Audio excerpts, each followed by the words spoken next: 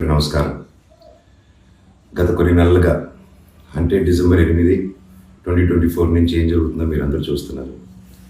మీ అందరికీ my apologies, నన్ను క్షమించండి. ఎందుకంటే ఈ ఒక సమస్య నేను ఎవరి కోసం అయితే పోరాడుతున్నానో మా స్టూడెంట్స్ కోసం అండ్ మా కాలేజీలో ఆపోజిట్లో ఉన్న పని చేసుకుంటూ ఉన్న ప్రజల కోసం అండ్ వ్యాపారాలు చేసుకుంటున్న ప్రతి ఒక్కరి కోసం. అండ్ నేను ఫస్ట్ నుంచి దాని మీద మాట్లాడుతుంటే అది తప్ప డైవర్షన్ చేస్తూ నా మీద అటాక్లు చేస్తూ నా కుటుంబ సభ్యులను లాగుతూ నన్ను ఒక మనిషిని ఎన్ని విధాలుగా ఇబ్బంది పెట్టాలో అన్ని విధాలుగా ఇబ్బంది పెట్టేస్తున్నారు. అండ్ భయపడతారు అనుకుంటున్నారేమో, అది జరగని పని, ఈ జన్మకి జరగదు. అది నేను తప్పు చేయలేదు. నా మీద, నా భార్య మీద దాదాపు 32 కేసులు వరకు వేశారు. 32 కేసులు ఢిల్లీ నుంచి వాళ్ళ మనుషులతో, తిరుపతి నుంచి, హైదరాబాద్ నుంచి, ఎన్ని కోర్టులు ఉంటే అన్ని కోర్టుల నుంచి, ఎన్ని కలెక్టర్ ఆఫీసులు ఉంటే అన్ని కలెక్టర్ ఆఫీసుల నుంచి, అండ్ అన్ని బోగస్ కేసులే. అండ్ అన్నింటికి నాది ఒకటే రిప్లై, ఎందుకంటే నిజానికి ఒకే వర్షన్ ఉంటుంది, అబద్ధానికి అన్ని వర్షన్స్ ఉంటాయి. క్లుప్తంగా ఈ మధ్య జరిగింది. నేను ఫస్ట్ ఏం చెప్తున్నాను, వీళ్ళు బౌన్సర్స్ చేసుకొని మా వాళ్ళందరినీ కొడుతున్నారు, అక్కడ ఊరు వాళ్ళందరినీ కొడుతున్నారు, స్టూడెంట్స్ని కొడుతున్నారు అని నేను చెప్తూనే వస్తున్నాను. నేను అలా చెప్తుండగా నేను రాయచోటికి ఒక ఫంక్షన్కి వెళ్ళినప్పుడు ఆ ఫంక్షన్లో ఇక్కడ ఉన్న వాళ్ళందరూ వచ్చి ఒక వ్యక్తి రాకుండా ఇక్కడ వ్యాపారం చేసుకుంటుంటే ఆయన స్టోర్లో దూరి వస్తువులన్నీ ధ్వంసం చేసి కొట్టేసి అక్కడ ఉన్న స్టూడెంట్స్ని కొట్టి అద్దాలన్నీ పగలగొట్టి ఆ వీడియోస్ అన్నీ వచ్చాయి బయటికి. ఇంకా చాలా వీడియోస్ ఉన్నాయి. అన్నీ నేను చంద్రగిరి సిఐ గారికి ప్రతి ఒక్కరికి ట్రాన్స్ఫర్ చేయడం జరిగింది. ఓనర్ ఇంకా కనిపించలేదు, ఆయన ఏమయ్యాడో ఎవరు దీంట్లో ఉన్నారో తెలియదు. కాకపోతే వచ్చి కంప్లైంట్ అది చూసిన వాళ్ళు వచ్చి కంప్లైంట్ ఇస్తున్నా కంప్లైంట్ తీసుకోలేని పరిస్థితి. కంప్లైంట్ రాసిస్తే కంప్లైంట్ బాగాలేదు, ఇది బాగాలేదు, సో ఇంకోటి రాసుకోరండి. ఒక 3 రోజుల తర్వాత కాదండి చెప్తున్నంత కంప్లైంట్ అంటే ఇంక 3 రోజులు అయిపోయింది కదా, ఇంకెందుకు అంటే ఇన్ని రోజులు మీరు కొట్లాడుతున్నారని చెప్తూ పోరాటం జరిగే మధ్యలోనే ఇలా వచ్చి అటాక్ చేసుకుని ఎవరేం చేయలేరు ఇక్కడ అని ఒక మాబ్క్రసీ జరుగుతుంది. అండ్ నిన్న రాత్రి కూడా నాకు ఇంటెలిజెన్స్ నుంచి మా హాస్టల్లో ఉన్న సురేష్ అన్నకి ఆ వాయిస్ రికార్డింగ్ కూడా మీకు పంపిస్తాను. ఫోన్ చేసి నేను ఆనరబుల్ సీఎం గారి దగ్గర బందోబస్తులో ఉన్నాను, మనోజ్ గారు అక్కడికి వచ్చారా, ఎందుకు వచ్చారు, మీ హాస్టల్ దగ్గరికి వచ్చారా, ఎఫ్ఐ దగ్గర రెస్టారెంట్ దగ్గరికి వచ్చారా, ఏదైనా ప్రోగ్రామ్ చేశారా. నేను ఆ సార్కి చెప్పాను, సార్ ఇఫ్ ఎనీథింగ్ నన్ను అడగండి. నేను ఆ సార్తో ముందు కూడా మాట్లాడాను, మీరు వాళ్ళని ఇబ్బంది పెట్టకండి, ఎనీథింగ్ ఎనీ టైం నాకు ఫోన్ చేయండి అన్నాను. పైగా నిన్న మధ్యాహ్నం 3-4 అలా జరిగింది ఆ ఫోన్ రావడం, నేను ఆ సార్తో మాట్లాడటం.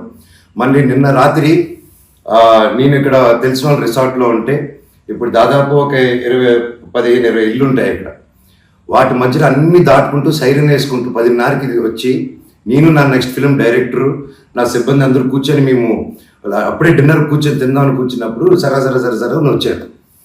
సరే ఏంటని అందరూ కంగారు పడి వెళ్ళారు. ఏంటి సార్ అంటే, మీరంతా ఇక్కడ ఏం చేస్తున్నారు, నేను సీఎం గారి దగ్గర నుంచి వస్తున్నాను, ఆనరబుల్ సీఎం గారి దగ్గర నుంచి వస్తున్నాను, నీ పేరేంటి, ఏ ఊరు, అసలు ఇక్కడ ఎందుకు ఉంటున్నారు మీరు అని రాత్రి 10:30కి ఒక ఎస్ఐ గారు, కానిస్టేబుల్ గారు. అండ్ నేను వెంటనే దిగాను కిందకి. సార్ ఏంటి సార్ సీఎం గారు దగ్గర నుంచి వచ్చారని చెప్తున్నారు, what it we do mistake sir, ఒకసారి నాకు చెప్పండి ఎవరు అప్రోచ్ అయ్యారో, నేను వచ్చి కలుస్తాను సార్ అని చెప్పాను. లేదు సీఎం గారు లేదు, నేను ఆయన బందోబస్తు ఫినిష్ చేసుకుని వచ్చాను అని చెప్పి ఆయన మాట మార్చారు. ఓకే సార్ అంటే మేము దాదాపు ఒక 10-15 మంది ఉన్నామండి ఇక్కడ రిసార్ట్లో, ఒక 3 ఇల్లు తీసుకుని ఉన్నాము. అండ్ అందరూ చూస్తున్నారు, అన్ని రికార్డింగ్స్ అన్నీ చేస్తున్నాం మేము జరిగిందంతా. లేదు సార్ ఇలా అన్అఫీషియల్గా కాదు సార్, స్టేషన్కి వెళ్దాము, అక్కడైతే రికార్డింగ్ ఉంటుంది, డైరెక్ట్ డీజీపీ గారి ఆఫీస్కి ఉంటుంది, లెట్స్ డూ దిట్ రికార్డింగ్ గారు సార్ అని చెప్పి మీ గారు అదండి స్టేషన్కి వెళ్ళి నాకు ఒకటే చెప్పండి, ఆనరబుల్ సీఎం గారి పేరు ఎందుకు తీశారు మీరు, అండ్ మా వాళ్ళని ఎందుకు ఇంటిమిడేట్ చేస్తున్నారు, అక్కడ షాప్ ఇరిగిపోయి అదంతా చేసి నేను కంప్లైంట్ చేస్తుంటే వాళ్ళు ఏం చేయట్లేదు, అది అడిగిన వాడిని మాత్రం ఇలా వచ్చి టార్చర్ చేస్తున్నారు. భయానికంటే ప్రేమ గొప్పదండి, అది నేను నమ్ముతాను.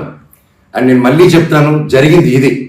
అండ్ నేను అక్కడికి వెళ్ళిన తర్వాత పోలీస్ స్టేషన్కి నేను నా కారులో ఎక్కి స్టేషన్కి వెళ్ళాను. వెనకెళ్ళి ఎస్ఐ గారు వస్తున్నారు. స్టేషన్ లోపల ఆగి వెళ్ళిన తర్వాత ఎస్ఐ గారు 500 మీటర్ల దూరంలో ఆగారు.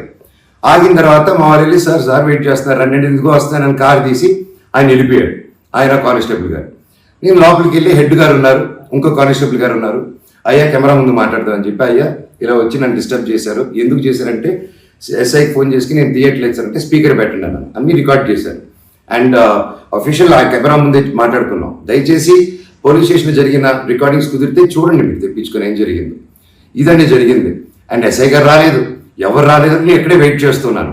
ఈలోగా సిఐ గారు ఫోన్ చేస్తే నాకు మెసేజ్ పెట్టండి సార్, మా వాళ్ళకి నేను ఇక్కడ నన్నే ఇంత ఇంటిమిడేట్ చేసి నన్నే ఇలా తొక్కాలని చూస్తూ ఉంటే ఇంకా మిగతా వాళ్ళందరినీ ఏం చేస్తారు సార్ మీరు, నేను ఊరి దాటాక వాళ్ళని ఏం చేస్తారు సార్, వాళ్ళకి ఏం ప్రొటెక్షన్ ఉంది అని చెప్పి అనడం జరిగింది. సో ఇది జరిగింది, ఎందుకంటే ఒక్కొక్కరు ఒక్కొక్క న్యూస్ క్యారీ చేస్తున్నారు. But this is the facts happen. నా దగ్గర ప్రతిదీ ఫ్యాక్ట్ ఉంది. నన్ను తప్పు అయితే నా షర్ట్ పట్టుకుని ఎవరే మనోజ్ తప్పురా అని అడగండి మీరు, I'm ready for that. But దీంట్లో దీంట్లో ఏది నాది ఒక తప్పు లేదు. అండ్ ఈరోజు కూడా I'm going to meet SP గారు ఈరోజు 5 గంటలకి. ఆయన కలిసి ప్రతి ఒక్క ప్రూఫ్ ప్రతిదీ నా దగ్గర ఉండేది వెళ్ళి తీసుకెళ్ళి చూపించి సార్కి సబ్మిట్ చేయాలనుకుంటున్నాను. థ్యాంక్ యూ సో మచ్ అండి. జై హింద్.